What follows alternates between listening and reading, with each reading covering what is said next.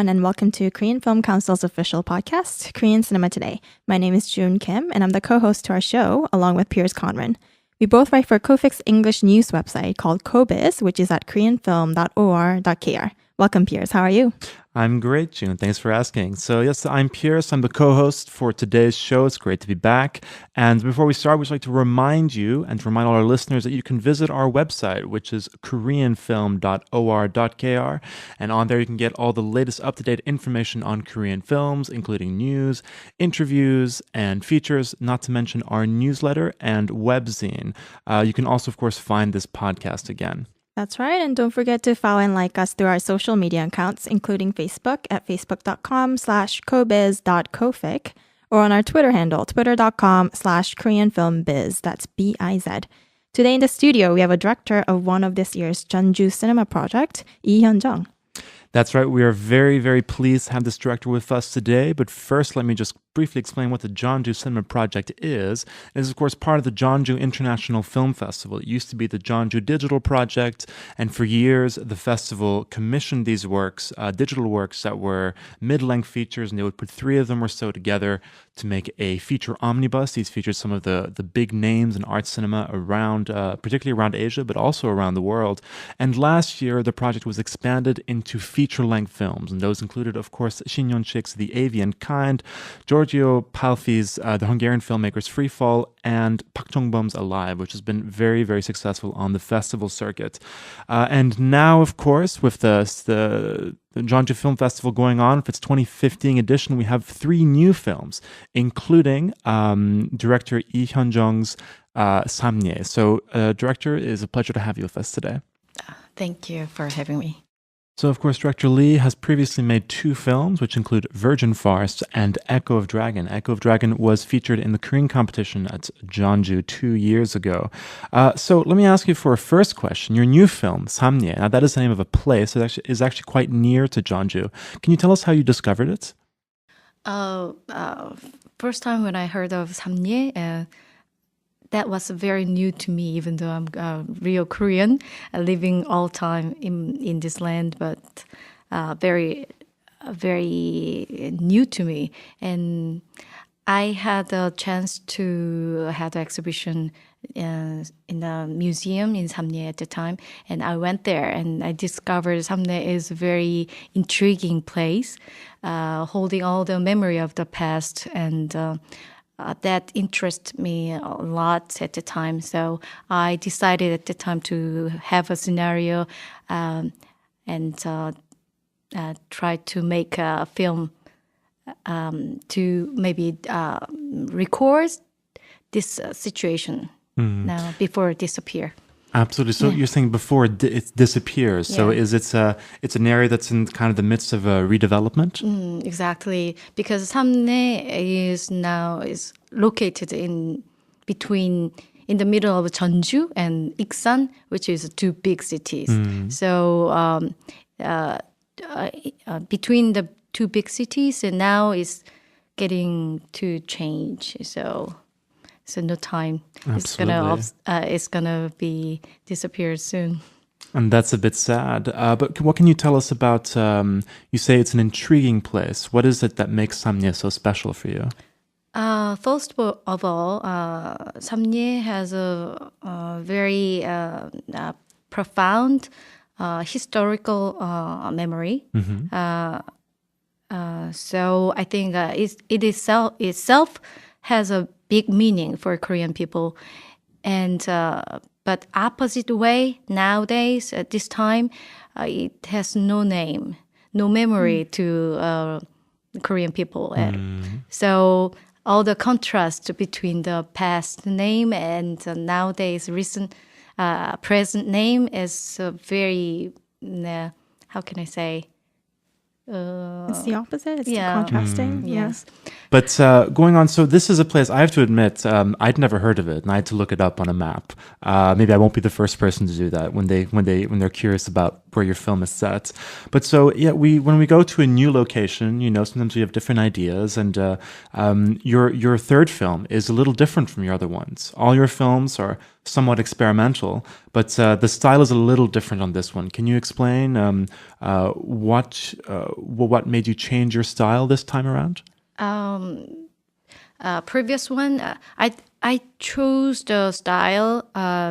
Depends on the story I want to provide. Previous one, dragon, Korean symbol, all the Oriental symbol is very important, and that's why. But that dragon is not superpowered anymore, and it's disappearing again, and. So that's why I took all the kind of wild handheld and images. Rough images. But Samnye, I want show the story of the past and present and all the at the same time future time together. So I took the image of. How can I say, very calm. Yeah, calm, more kind of formal aesthetic. Yeah, exactly. Okay. Yeah. So you've just mentioned how you've changed from the grittier handheld style to a more formal framing and softer colors this time around. So can you talk about any other like production elements that might have changed? This time, actually, there is a storyline, narrative line, and also there is an image line, including all the cosmic sun and moon and all the movement together. They combine together to make a whole Samnye time and Samnye memory. That's my intention. So even though Samnye is a no name and we have no memory, and I want this place as like a ground zero of all the time and the memory. So and also I think surreal time is sometimes very realistic.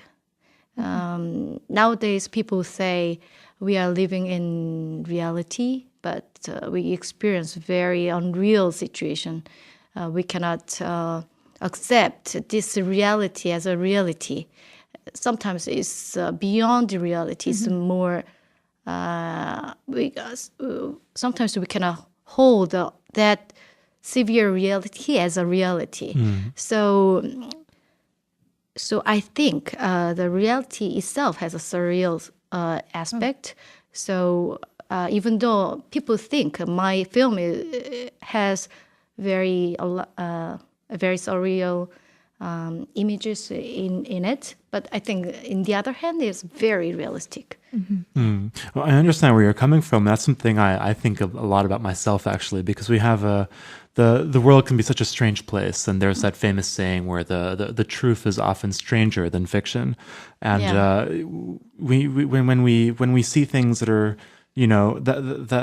that we can't explain, we have to kind of put them in these kind of categories. We have to be able to explain everything in an easy way, but yeah, the world is a very, very strange place, and film, looks to. Normally films, they have very similar structures, and people are trying to do the same thing, but you do something a little different. So you're kind of everything comes from a real place, as you say. Yeah. But you're exploring from a different aspects. Now, at the same time, that does mean the film is a little different. It might be a little bit challenging for viewers.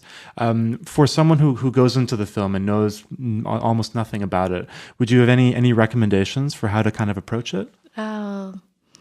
There are several points that every viewer might have share their emotions. So I don't ask each viewer to feel this way, or you have to know this one. I don't ask them to do it 100%. I kind of I can't tell them, please just watch it, and you might have some kind of touching point. Some scene might evoke their own memory. Some scene could share their own experience. Maybe they can remember some old stories, or old scent, or the experience they had before. That's what I want. Okay. So as people interpret their own, as people interpret it differently for your film, going back to the CGI sequences, when I was watching the film, I felt like they reminded me of the solar system, but at the same time, the human eye. So, but it was very ambiguous. It wasn't very direct. Is there a reason why you made the CGI sequences in such a way?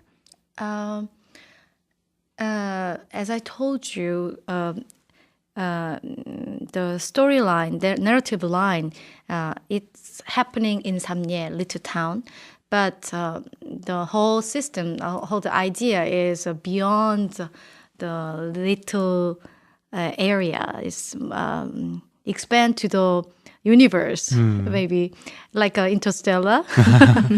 Yes. So I want to bring all the memories in the past. I want to bring all the space from the universe, and want to share all the time and space in a little town of Samnye, and all the story of Samnye. Absolutely. So a film in a small place, but of big ideas. So, shooting for the stars, as it were. Speaking of stars, let's talk about the cast of your film. We have the young stars Isuno and Kimbora. How did they come about to be involved in your film? Isu, actually, Kim Sun-ho, he is, how can I say, graduate of, he studied the directing. He's a directing graduate, okay. In Hyun-jung.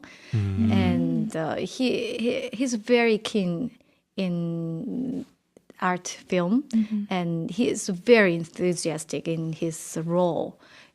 I had a very, how can I say, I moved a lot about my cast enthusiasm. And Kimbora, she always kind of had acting as a schoolgirl because she's very young. This is her first kind of grown-up acting.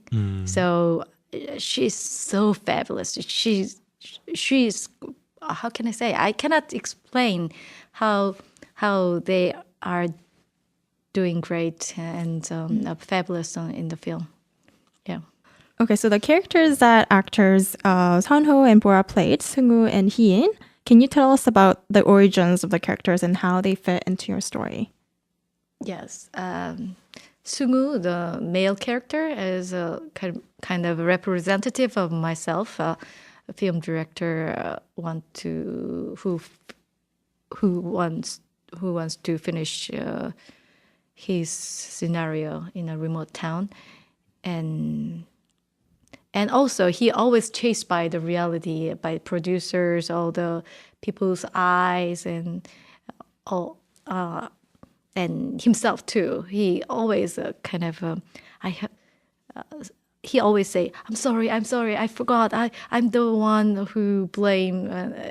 He is kind of representative of all time human being in this kind of society. And Hee-in, in the other hand, she is kind of all the idea energy itself. I want to depict her as that kind of a person, is ideal person. And at the time she represents, this time too, she wants to be a star. Everybody wants to be a star this time, right? Sure. All the show on TV, everybody wants to be a star in some way. So, but herself, she could be as a phantom in this film. she could be real. She could be not real. She could be nobody or a real star in the sky. Right. So it's vague in case of her role. Yeah. So, and a big scene, it could be a dream, whole dream. Maybe it could happen 100% in Samnye if you go there, but maybe We'll never know. I don't know. Yeah, exactly. The ambiguity of film. Yeah.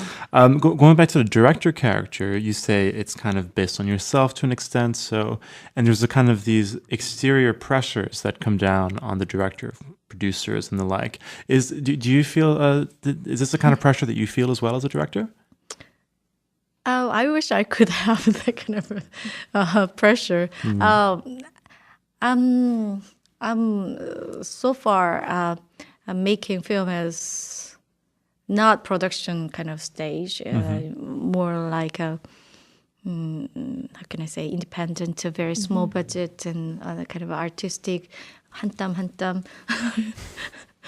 I'm doing all by myself, so but. There are lots of people who want to make a film, Of course. but it's very, very difficult to make it happen. Yeah, very this hard. time, That getting big break, worse and yeah. worse. All the situation as an independent film director in this country. So I kind of want to share all the behind the emotions. Of course. And so, but as you say, it's a very difficult time to be an independent filmmaker. There's a big divide between the commercial, the indie realms. But one of the kind of institutions that's kind of standing behind independent filmmakers is, of course, the Jeonju International Film Festival. And this is your second time now in Jeonju. So can you tell us a little bit about how you became involved for the Jeonju Cinema Project this year? Yes, I'm so lucky to join this project, and because of that, I can make this film. I really appreciate all the chance that I have, and as I told you, I went there writing the scenario as the main character did in the film, and I finished in a hurry. And luckily, it got selected by the Jeonju Cinema Project. That's why I could join the project. And actually, 'cause you mentioned earlier to me that the hotel in the film is the same hotel that you were at. Exactly. Yeah. Yeah. So did you also have that pool table? Yes, exactly. That's a good thing when you have writer's block. You can just play a bit of pool. Exactly. Did you go to any of the other locations that were in the film? Oh, you mean the other motel or Or like the restaurants in the Yeah, film? you mentioned you were at the restaurant as well. Restaurant, with yeah. the very coarse natives who were there. Exactly. Yeah.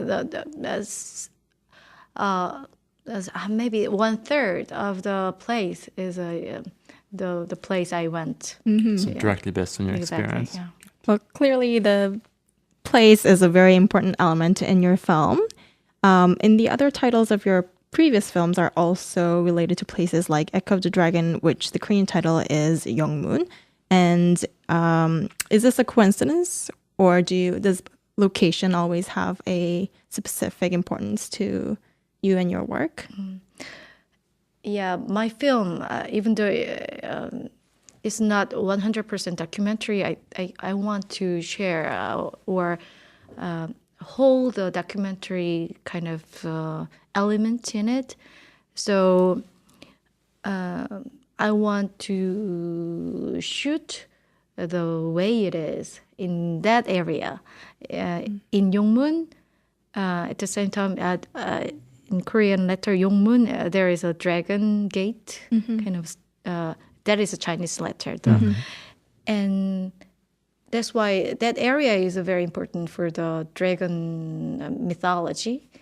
And this time Samnye, if you see the film, there are a lot of chicken shops, kind of brutal, kind of old, rustic images. And the dogs in cages as well. Exactly. It's not. How can I say? Managed. It was the way it is. The way it is. Yeah. So I think it is very important to shoot and show that elements of Samnye too, so people can get the energy from it. Whether it could be positive some people, or it could be negative some people.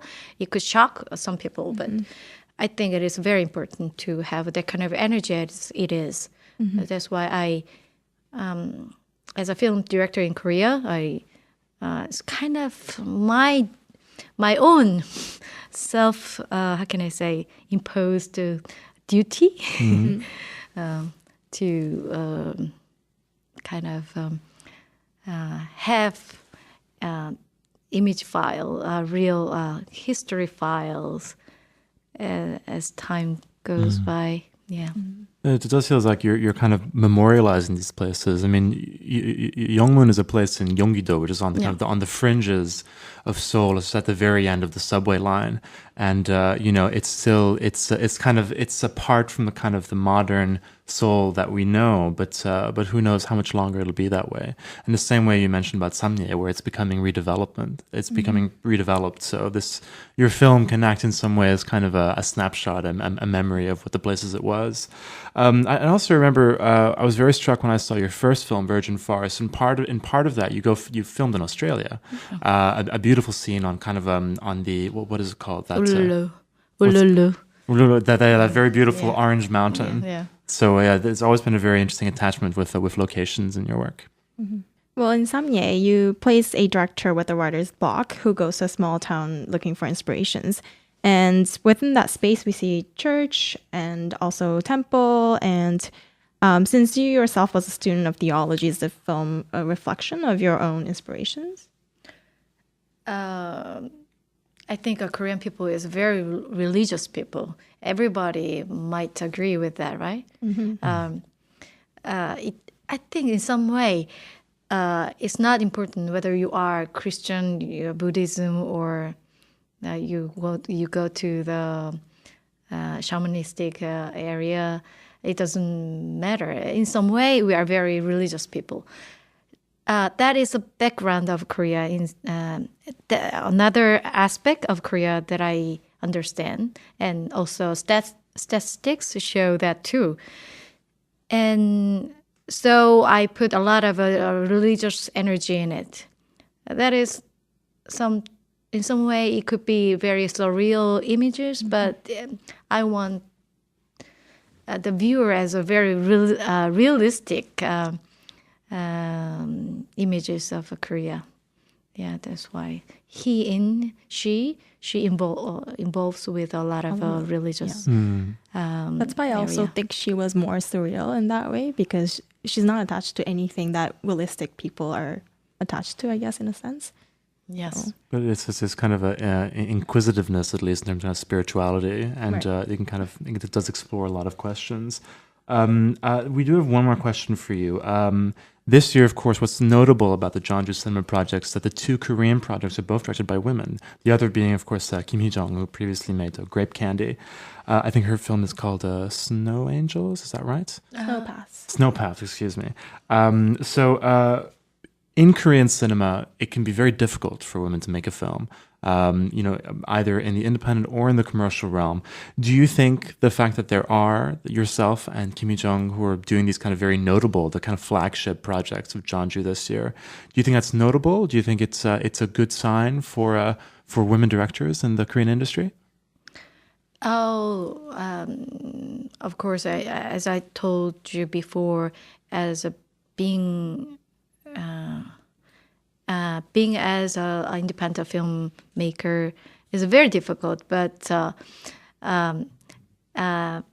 being as a independent woman director is a more difficult situation. Sure. And this kind of opportunity that are given to us this time is real like a jump start to us, and yeah, it's a huge help to grow in some to another stage. I think as I hope there are a lot of more chance to have this kind of opportunity to other younger or how can I say talented film directors in the future too. Absolutely. I mean, there's got to be there's so much talent there. I notice a lot of women are enrolled in the various film classes around Korea, and it's just not everyone gets a chance. But as we've seen in the last few years, a lot of great new female talents coming up. So thank you very much for your time. It's been a pleasure speaking with you, and thank you for taking the time out of your busy schedule. We hope that all our listeners go check out Samnye if you're at Jeonju. It is playing here at Jeonju, and if not, hopefully it'll be coming around soon. So best of luck for the film, and thank you again. Thank you so much. And that's a wrap for today's podcast. Hope you're joining us for us in the next episode at Korean Cinema Today. And that was June Kim and Pierce. Bye for now.